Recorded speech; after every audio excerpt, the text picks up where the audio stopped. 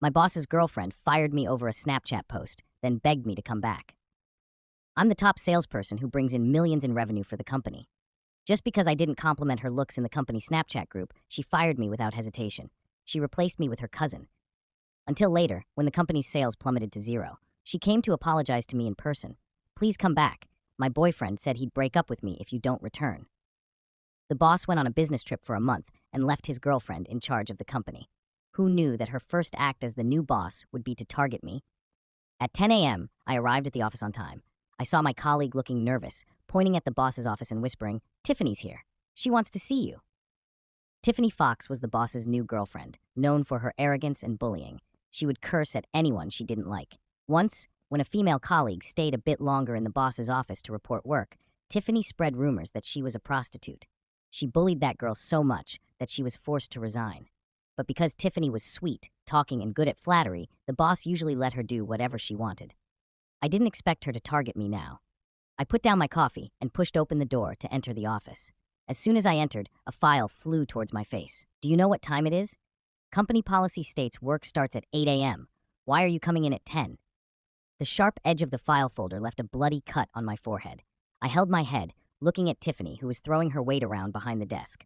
My 10 a.m. start time was a perk for being the top salesperson. Everyone in the company knew about this unwritten rule. Years ago, when the boss's company was about to go bankrupt, they accidentally hired me. In my first month, I generated $5 million in sales, bringing the company back from the brink of death. Since then, the boss had treated me like a precious asset, usually listening to my opinions on major decisions.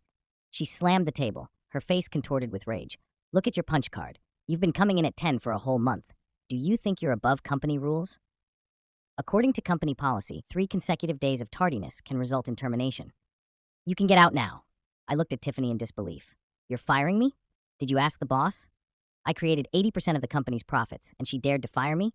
Tiffany snorted coldly, looking at me with disdain.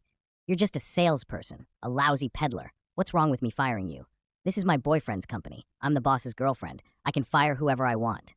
The boss had treated me well, so I couldn't just leave like this.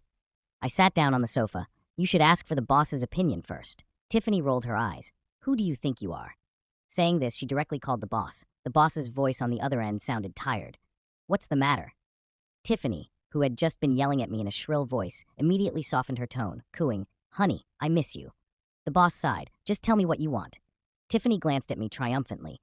"There's a salesperson who doesn't follow the rules, always coming in late. I want to fire him." "Whatever, I need to rest now." The boss casually agreed and hung up. Tiffany looked at me arrogantly. "Did you hear that? I can fire whoever I want. Now get out."